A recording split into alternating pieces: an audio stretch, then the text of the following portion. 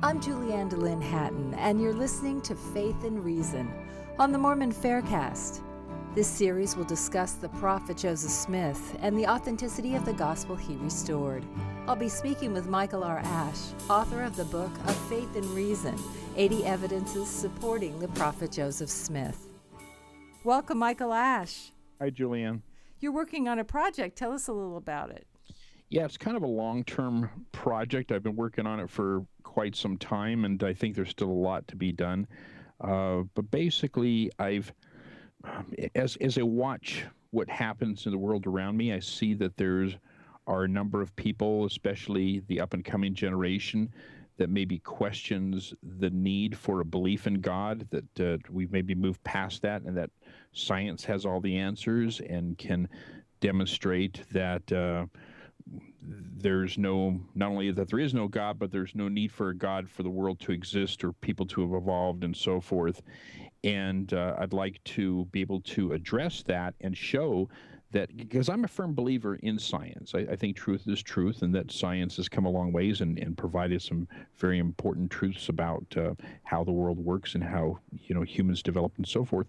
But we don't have to jettison a belief in the divine to accept science. I think that they can be harmonized. Sometimes it requires us maybe changing our viewpoints on some of the things that we thought that religion teaches, where maybe it's based on traditions and assumptions rather than on actual doctrines.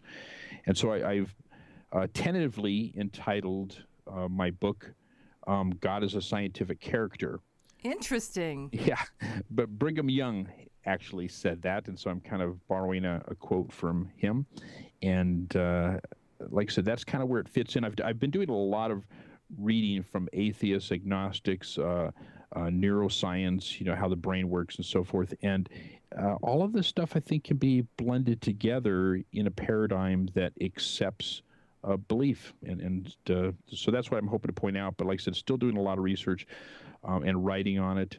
I do have a chapter that's kind of tied into this that will be coming out in Koford Books is going to be printing, I think, sometime this summer, hopefully maybe by the Fair Mormon Conference in August, their series on philosophy, and they're doing one on apologetics, and they asked me to contribute a chapter, and I'm using a little bit of the research that I've drawn for my book and included it into the chapter that I produced for them. So we'll see when that actually comes out.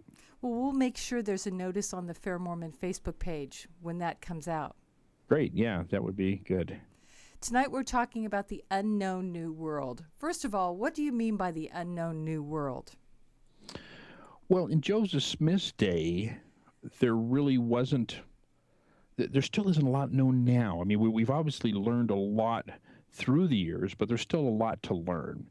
And in Joseph Smith's day, a lot less was known. And it's kind of a common anti-LDS argument to say, well, archaeology's been around now for hundreds of years. We know about the New World, and there's no proof of Nephites or Lamanites, so therefore the Book of Mormon is fictional. Mm-hmm. And the truth is, we really don't know as much as we'd like to know about the ancient New World. It was definitely expanded our knowledge from where it was a few hundred years ago, but we have a long way to go. Your book says that we have uncovered less than 1% of the Mesoamerican sites. Is that correct? That was a quote that I drew from George Stewart, who's a very highly respected non-LDS Mesoamerican archaeologist. And he said that back in about 1980, I believe it was. And it's interesting that roughly maybe 3 years ago, I was having a conversation with Mark Wright, and he's an LDS archaeologist. He has a PhD in archaeology and specializes in Mesoamerican archaeology. And he had attended an archaeological conference and was talking with this same George Stewart.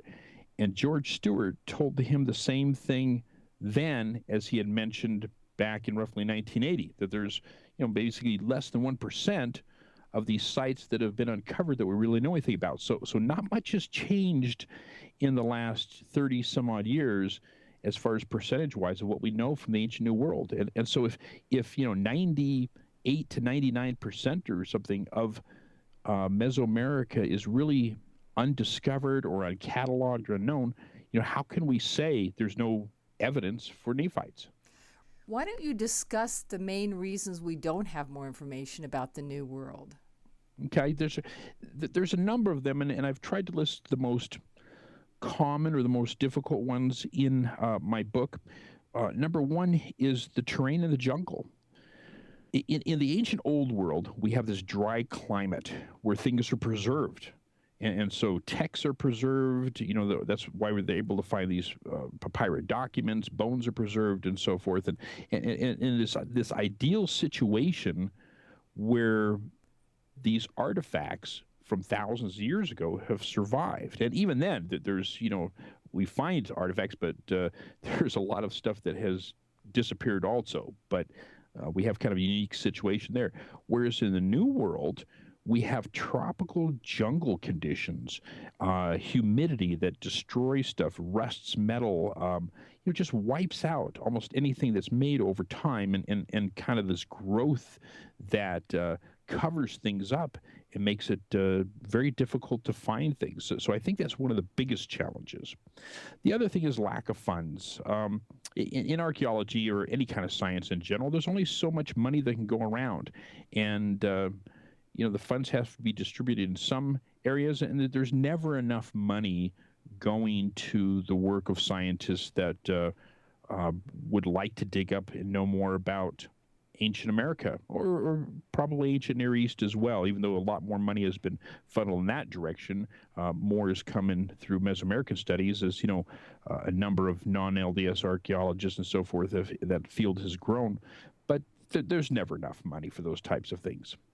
Then we have the problem of looting, and this is actually a really big problem. I read years ago in a National Geographic what first alerted me to this. Scholars would find these cities, these ancient sites, and they would basically make a notation of them. Well, then again, they would have to get funding and people to come down and excavate these. Which could take years. Exactly. It's a very time-consuming process. It's not like we see in Indiana Jones, that they have to go there and clear areas and painstakingly brush off, these artifacts and so forth. Well, they'd return, and you had basically Indiana Jones type looters that have come there and just broke through everything to collect stuff that they could sell to private collectors. And so the looting is a big, big problem in Mesoamerica. And you can't station guards or, down in these areas. You mark them, you leave, and you hope that it's going to be there when you come back. And in many cases, the stuff is gone. It's been looted. And then the last one that I list is cities being built over cities. And this is not, again, unique to the ancient New World, but it is a problem. It's common when one group maybe vanquishes another group or blends with them or whatever. They build their own city. They tear down. It happens even in modern times. You tear down a street corner that once had a local pizza place, and you put up a Walgreens or something. And the same thing happened in ancient times. And so you have to sometimes get through layer after layer of things to find the time frame of artifacts that would have related to Book of Mormon studies. So there's ancient cities there, but obviously they don't all fall within the realm of what we need to know for Book of Mormon studies. And so you have a lot of digging to get to that point. When Joseph Smith translated the Book of Mormon, what was known in his day about the New World? Even less? Tons less. Tons less was known, just because there hadn't really been a lot of work going on there. You didn't have, for the most part, professional archaeologists. You had very interested people that were heading to Central America to try to learn, but you didn't have the kind of studies that we have now. You had some people that were trying to be careful, though, and conscientious about it. But this all started pretty much after the Book of Mormon had already been published. It really kind of started with Stevens and Catherwood, which was a team that went down there and started cataloging or at least recognizing some of this information and drew. He didn't have cameras and stuff down there, so the artists would draw or make renderings of what they had seen down there. And it's interesting, as the information of this started reaching newspapers and coming up to the attention of Joseph Smith, he was excited about it. To him it looked like this is verification for the Book of Mormon, which in a sense it was. But it was after the Book of Mormon was already published, before these findings started reaching, typical American colonies where people could learn from it. So these are the Mayan ruins and so forth? Yeah, and there was several ruins down there that they were looking through. And again, not everything that was recorded. And we have this problem in Mormon culture in general, and maybe just not in Mormon culture, but everywhere, is that people tend to look for evidence in areas that has nothing to do with the topic of discussion. And so, the cultures from the Aztecs and Incas and things that were a little too late for this.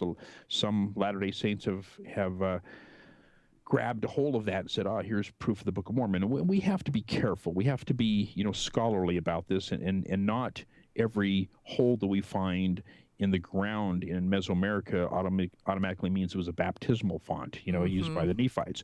So we have to be very careful about this, and that's what LDS scholars have done. There are a number of very prominent LDS archaeologists, Mesoamerican scholars that are believing members and see the ties between what they have found and what their beliefs tell them.